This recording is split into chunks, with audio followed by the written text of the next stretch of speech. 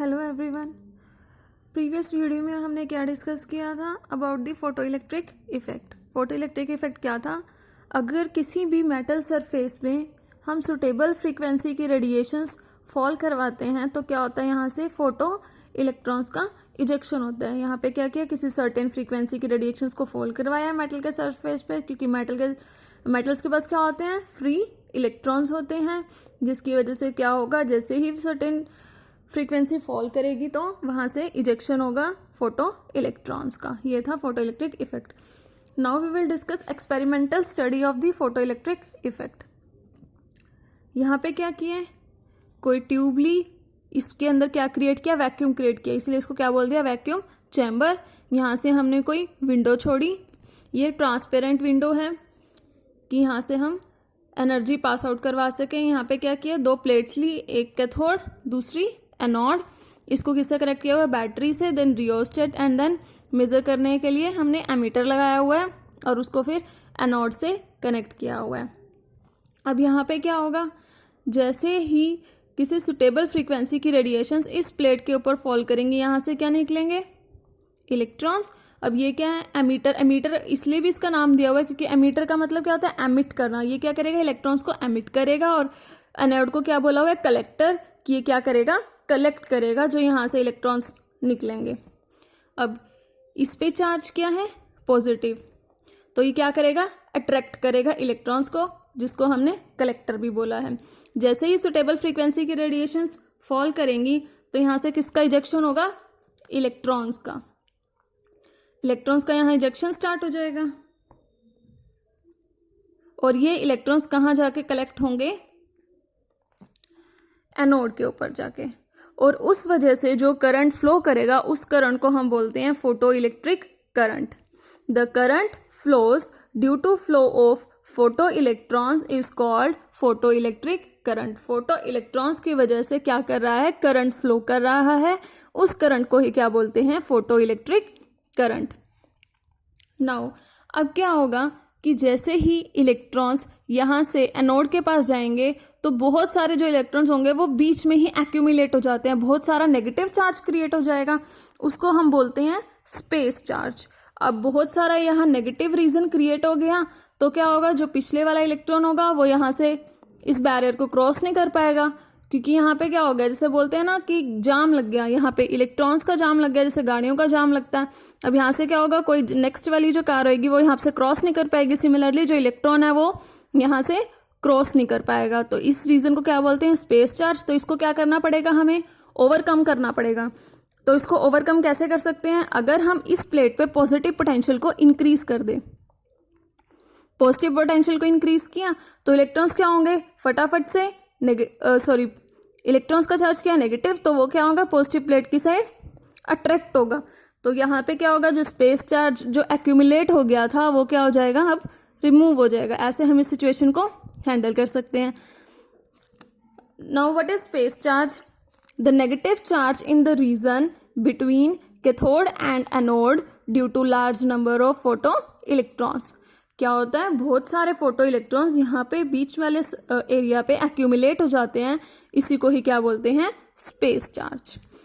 To overcome this situation the positive potential can be increased on anode so that it attracts the negative charge.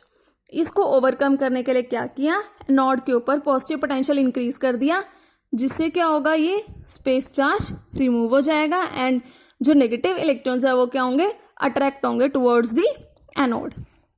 Now on increasing the positive potential of the anode with respect to cathode, more and more electrons are attracted towards anode and photoelectric current increases until it reaches saturation value। अब यहाँ पे क्या हो रहा है, हमने क्या किया था, एनोड पोटेंशियल को इंक्रीज कर दिया। अब उससे क्या होगा, सारे के सारे इलेक्ट्रॉन जल्दी से कहाँ आ जाएंगे, एनोड के पास, क्योंकि एनोड पे क्या है, पॉजिटिव चार्ज, और ये नेगेटिव को क्या कर लेगा, अट्रैक्ट कर लेगा। फिर क्या होगा, अभी नेगेटिव को सारे नेगेटिव इसने अट्रैक्ट कर लिए तो फिर क्या आ जाएगी, सैचुरेशन स्टेज। उसके बाद क्या होगा, करंट की वैल्यू और इंक्रीज नहीं होगी, वो एक कांस्टेंट वैल्यू हो जाएगी, क्योंकि एनोड क्या कर रहा है, वो सिर्फ इलेक्ट्रॉन को अट्रैक्ट कर रहा है, वो इलेक्ट्रॉन को जनरेट नहीं कर रहा। इलेक्ट्रॉन्स मैक्सिमम कहाँ से जनरेट हो रहे हैं? जितनी ज़्यादा हम एनर्जी यहाँ से फॉल करवाएंगे, जितने ज़्यादा फोटॉन्स इस प्लेट पे इंसिडेंट करेंगे, उतने ही ज़्यादा क्या निकलेंगे? इलेक्ट्रॉन्स निकलेंगे। अब यहाँ से एनर्जी तो उतनी ही है, इंक्रीज तो की ही नहीं, तो क्या होगा? यहाँ से जब सारे इलेक्ट्रॉन्स यहाँ पे जाके अट्रैक्ट हो गए तो क्या हो जाएगी? एक सेचुरेशन स्टेज हो जाएगी, जिसके फर्दर क्या होगा? करंट की वैल्यू इंक्रीज नहीं करेगी। नाउ अब हम क्या करते हैं, अगर हम यहाँ पे नेगेटिव पोटेंशियल अप्लाई कर देते हैं एनोड पे। अभी हमने क्या किया हुआ था? पॉजिटिव पोटेंशियल अप्लाई किया हुआ था एनोड पे। अगर हम यहाँ पे नेगेटिव पोटेंशियल अप्लाई कर दें तब क्या होगा?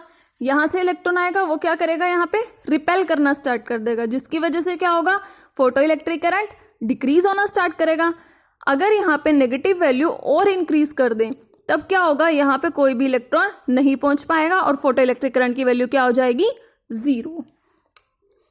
सो नेक्स्ट क्या है? If we apply negative potential on anode with respect to cathode, photo electrons will be repelled and photo current will decrease on further increasing negative potential on anode.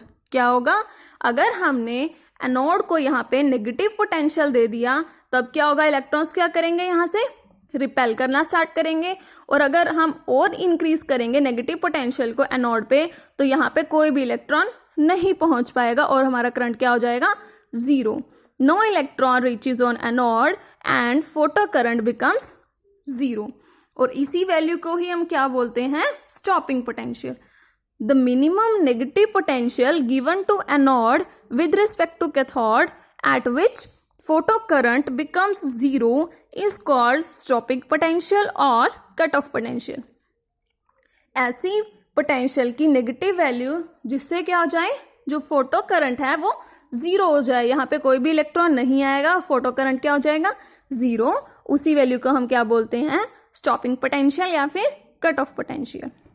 अब इसका graph plot करते हैं हम between potential and photo electric current. अब क्या किया? एक side potential ले लिया और वाई एक्सिस पे क्या ले लिया? Photo electric current. पहले क्या था? जैसे जैसे इंटेंसिटी इंक्रीज हो रही थी वैसे वैसे फोटो इलेक्ट्रिक करंट भी इंक्रीज होते हैं। Potential increase, photo electric current increase, और एक ऐसी स्टेज आ जाती है जिसपे करंट क्या हो जाता है? सैचुरेट हो जाता है। यहाँ पे दिखाया, ये स्टेज क्या दिखा रही है? Saturation stage. उसके बाद क्या किया हमने? क्या किया? नेगेटिव पोटेंशियल अप्लाई किया। पोटेंशियल को क्या कर देते हैं? नेगेटिव, जिससे करंट की वैल्यू भी क्या होगी? डिक्रीज। अब करंट की वैल्यू क्या हो रही है? डिक्रीज। फिर क्या करेंगे? इतना मिनिमम पोटेंशियल कर देंगे कि फर्दर जो करंट की वैल्यू है वो क्या हो जाए? 0 हो जाए। इतना मिनिमम नेगेटिव पोटेंशियल कर दिया कि करंट की वैल्यू क्या हो जाए? 0। अब ये क्या था? ये इंडिपेंडेंट ऑफ इंटेंसिटी होता है। अगर हम सेम ही मेटल की, अगर हम बात करें सेम ही मेटल की, तो अगर हम इंटेंसिटी इंक्रीज कर देते हैं या फिर डिक्रीज कर देते हैं, डिक्रीज करके देख लेते हैं। अगर हम इंटेंसिटी डिक्रीज करेंगे तब भी जो स्टॉपिंग पोटेंशियल की वैल्यू है उस पर कोई भी इफेक्ट नहीं आएगा और ये वैल्यू क्या रहेगी? सेम रहेगी। स्टॉपिंग पोटेंशियल की वैल्यू क्या रहेगी? सेम रहेगी फॉर द सेम मेटल। अब फिर से क्या किया? थर्ड वाली इंटेंसिटी ली, जिसकी इंटेंसिटी क्या थी? कम थी। सपोज इसकी I1 ले लेते हैं, इसकी I2 एंड इसकी I3। सपोज कर लेते हैं कि इंटेंसिटी I3 ग्रेटर है देन I2 देन I1। क्या है? सबकी स्टॉपिंग पोटेंशियल की वैल्यू क्या है? सेम है।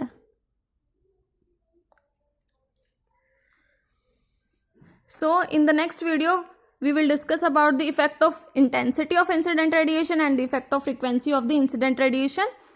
Thank you.